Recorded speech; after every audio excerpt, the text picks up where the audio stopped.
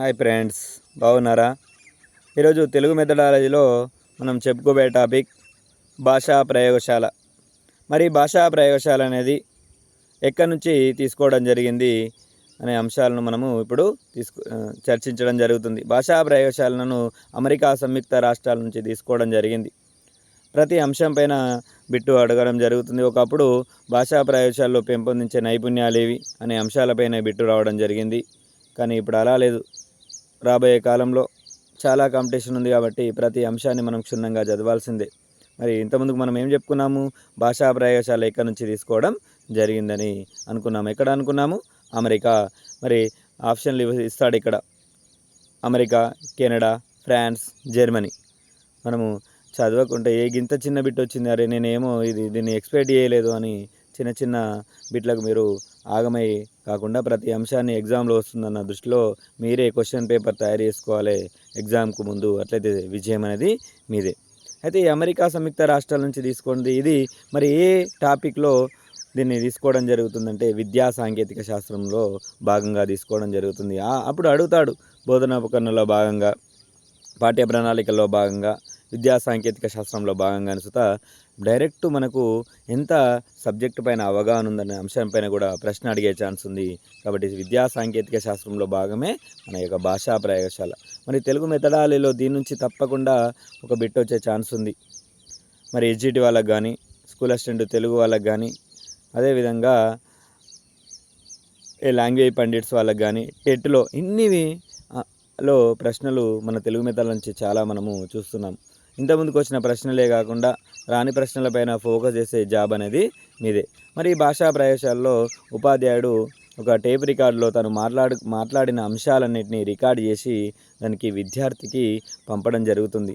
మరి అప్పుడు ఆ విద్యార్థి ఏం చేస్తాడంటే, మరి మాట్లాడుతున్నాడు కాబట్టి ఇది ఏ భాషా నైపుణ్యం అంటే మనకు భాషణం అనే నైపుణ్యానికి చెందుతుంది. అంటే భాషణం అనే నైపుణ్యం ఇక్కడ పెంపొందడం జరుగుతుంది. ఆ పంపిన రికార్డు చేసిన అంశాలను టేప్ రికార్డర్లో మరి విద్యార్థి వాటిని విని మళ్ళీ తను విన్నవి ఎంతవరకు తను నేర్చుకున్నాడు అనే అంశాలను మళ్ళీ పిల్లవాడు రికార్డు చేసుకొని మళ్ళీ తన దోషాలు ఏమైనా నేను సరిగ్గా వినలేదా, లేకుంటే నేను సరిగ్గా మాట్లాడలేకపోతున్నానని ఈ టేప్ రికార్డర్ ద్వారా పిల్లవాడు తన దోషాలను సవరించుకోవడం జరుగుతుంది. ఇక్కడ మరి ప్రశ్న ఏ విధంగా ఇంతకుముందుకు వచ్చిన ప్రశ్న, భాషా ప్రయోగశాలలో ముఖ్యమైన పరికరం ఏది? Tape recorder. మరి ఇది బట్టి పట్టొద్దు, ఎందుకంటే అక్కడ ఉపాధ్యాయుడు టేప్ రికార్డర్లో రికార్డు చేసి పిల్లవానికి తన యొక్క పాఠ్యాంశాలకు సంబంధించి కానీ, ఏదైనా విద్యా సాంకేతిక శాస్త్రంకు సంబంధించి కానీ అంశాలన్నింటినీ విద్యార్థికి పంపించడం జరిగింది. కాబట్టి వాటిని టేప్ రికార్డులలో రికార్డు చేసి పంపడం, విద్యార్థి సుత రికార్డు చేసుకొని తను ఎంతవరకు నేర్చుకున్న అంశాలను ఇక్కడ తను దోషాలను సవరించుకుండు. కాబట్టి ఇక్కడ ముఖ్యమైన పరికరం ఏమవుతుంది? Tape recorder. మరి ఇక్కడ చాలా అంశాలు ఉంటాయి.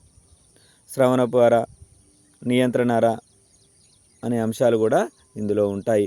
మరి బిట్టు దీనిపైన ఎక్కువగా వచ్చే అంశాలు ఏమున్నాయంటే, భాషా ప్రయోగశాలలో మీకు ఆల్రెడీ తెలుసు ఏ నైపుణ్యాలు పెంపొందుతున్నాయంటే, ఆల్రెడీ మాట్లాడుతుండు కాబట్టి భాషణం, పిల్లవాడు విన్నాడు కాబట్టి శ్రవణం. మరి పఠనం, ఇక్కడ చదవడం అనేది ఏం లేదు కాబట్టి చదవడం అనే అంశాలు ఇక్కడ మనకు పొందుపరచడం లేదు కాబట్టి మూడో భాషా నైపుణ్యం పఠనం ఇక్కడ లేదు. ఇక్కడ రాస్తున్నాడా? రాయడం లేదు కాబట్టి లేఖనం పఠనానికి అస్సలు సంబంధం లేదు కాబట్టి బట్టి పట్టాల్సిన అవసరం లేదు. ఇక్కడ పెంపొందించే నైపుణ్యాలు శ్రవణం, భాషణం. మరి టెలివిజన్ అని ఇస్తుంటాడు. భాషా నైపుణ్యం ఇక్కడ భాషా ప్రయోగశాల ద్వారా పెంపొందించే ముఖ్యమైన పరికరం ఏంటంటే టెలివిజన్, దూరదర్శన్. ఇట్లా ఆప్షన్లు ఇవ్వడానికి అవకాశం ఉంది కాబట్టి మనం టేప్ రికార్డరా టెలివిజన్ అని మళ్ళీ ఎగ్జామ్లో మనం కన్ఫ్యూజ్ అవుతాం, చదువుతాం. కానీ ముందుగాల మనమే ఎగ్జామ్లో ప్రశ్న ఏ విధంగా వస్తుంది అని ముందుగాలనే మనం ఎక్స్పెక్ట్ చేసుకుంటూ ముందుకు వెళ్ళాలి. మరి ఇది చిన్న టాపిక్. దీనిపైన ఇంకా శ్రవణపరలు ఏమేమి ఉంటాయి, నియంత్రణలు ఏమేమి ఉంటాయి అనేది నెక్స్ట్ వీడియోలో నేను చేస్తాను. ఈ వీడియో నచ్చితే లైక్ చేయండి, మీ ఫ్రెండ్స్కు షేర్ చేయండి. బాయ్ బాయ్, కలుద్దాం మళ్ళీ.